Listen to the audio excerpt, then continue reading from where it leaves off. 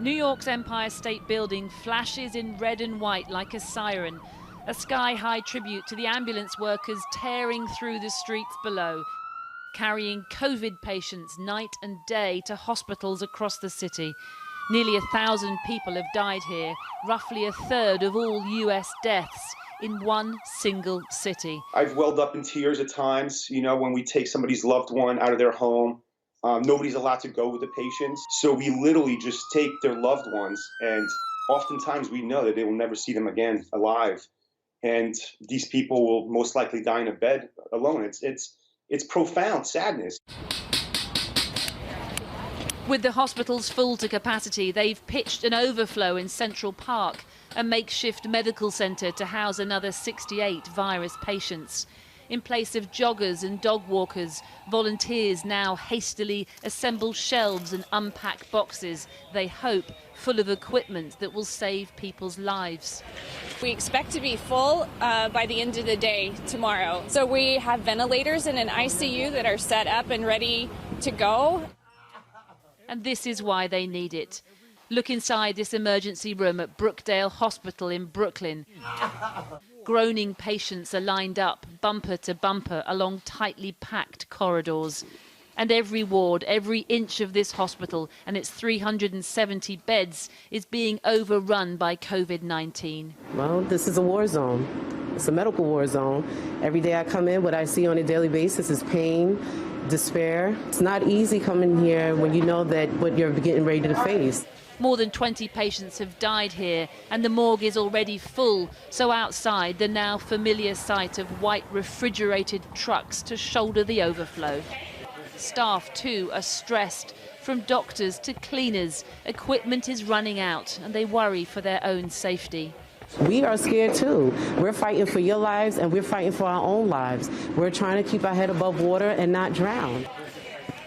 We need support. We need gowns, we need gloves, we need masks, we need more vents, we need more medical space. That's why they've taken over the pediatric unit, and this is the tiny window that family can look through to see their loved ones alone and in intensive care. Only some of them don't get to leave alive, wheeled away like so many others. The New York governor today begged President Trump to send help now, saying he'd been forced to buy ventilators from China because it was like bidding on eBay to secure enough in his own country. Overwhelmed hospital workers, he says, deserve more. This is ongoing, and the duration itself is debilitating and exhausting and depressing. I'm speaking to healthcare professionals who say, look, more than physically tired, I'm just emotionally tired. Seeing the pain, seeing the death that they're dealing with every day. As bad as New York is, other states like Florida are brimming with infections too. So these two cruise ships with hundreds of passengers have been ordered to stay offshore. The Zandam sailed from South America and was scheduled to dock on March the 21st. But with 4 dead on board and 100 others ill, the governor has refused them entry. They say they're looking for quarantine space to isolate all 415 passengers, but until then, they'll be left stranded at sea.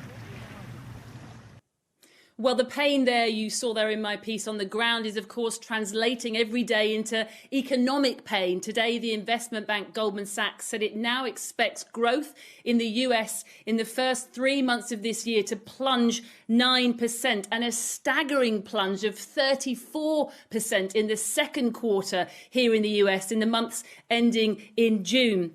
Those are levels not seen since the Great Depression. It does then predict a sharp uptick across the summer months, provided, of course, that we get a handle, we get control of this virus. It also predicts another 5.5 million people. 5.5 million people will claim an insurance benefit in the US this week alone. That's added to the 3.3 million who claimed it last week. So you really get a sense, a picture building of how quickly the US economy is unraveling because of coronavirus. The World Bank also weighed in today saying it saw at least another 11 people being added to the poverty line across East Asia and the Pacific, it said, unless urgent action is taken. Ominously, it also predicts that China could, in fact, post practically no growth at all this year under a worst case scenario, down from about 6% growth in 2019. So you put that lack of growth in China together with pain in the US, and what you have is the world's two biggest economies suffering this year. And as we know, if they suffer, then the rest of us suffer too. And the only conclusion we can draw is that it will take a long time for everyone to recover. Siobhan Kennedy. Well, I'm joined now from Annapolis by the Republican governor of Maryland, Larry Hogan. He issued a stay-at-home order yesterday in order to slow the spread of the virus in his state. Thank you for joining us, Governor. Every day we see sort of bizarre contradictions between what state leadership is saying and what the president says in his press conferences. Are you, as the leader of a state, able to do what you need to do to protect your people? Well, look, it's really the federal government and all the states taking the actions that they believe are necessary to keep our citizens safe and keep them alive. And we're each taking independent actions, but we're also trying to work together. In addition to being the governor of the state of Maryland, which surrounds our nation's capital, right here in the Washington area, I'm also the chairman of all the nation's governors. And we've been working together with the federal leaders, but quite frankly, we're in an extremely difficult situation here in this global pandemic that is impacting you in the UK, and it's now gripped the United States, not just in New York, but all 50 states in America, and right here in the nation's capital region. In my state and neighboring Washington, D.C. and Virginia yesterday had a stay-at-home order. 14.5 million people are now required to stay in their homes, and we're about 2 weeks behind New York, where you're just seeing what you were just talking about. The same crisis is about to hit us here. You have a very different healthcare system to the one we have over here for people who don't have their own means. What does it mean for them if they don't have insurance? Well, we're trying to address the needs of every single person that's hit by this, whether they have insurance or not. And the issue right now is not so much whether people have means or whether they have insurance. It's about the capacity of our healthcare system and whether or not we have enough hospital bed capacity and intensive care units and respirators and emergency room and enough personnel. As you see what's happening in New York, it's not so much about whether people have the insurance or the funding. It's about whether we actually have the ability to take care of so many sick people at the same time that are just surging our hospitals. And what do you make of the leadership of Donald Trump through this? Well, look, I think they're making some attempts to catch up, but there's been some mistakes that have been made, and but they have been reaching out to the governors, and governors are taking their own independent actions. But they've taken some steps recently to try to get behind this thing. But there's no question that we're behind the 8 ball, and we've got some important work to get done. And I don't want to point fingers about what hasn't been done or who made which mistakes. But we've got to work together somehow because we're all in this together, not just in America, but around the world. What we're looking at in Britain is the availability of testing, the availability of antibody testing, how we're going to try getting back to normal, all those sorts of things. I mean, do you have the same shortages in the United States when it comes to things like ventilators? The exact same issues, John.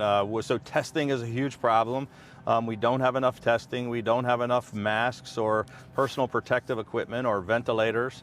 So the exact same issues that you're faced with in the UK are what we're faced with here. It really is a global issue, and we're all trying to buy these things on the global market. I heard just a moment ago talking about it's like buying on eBay.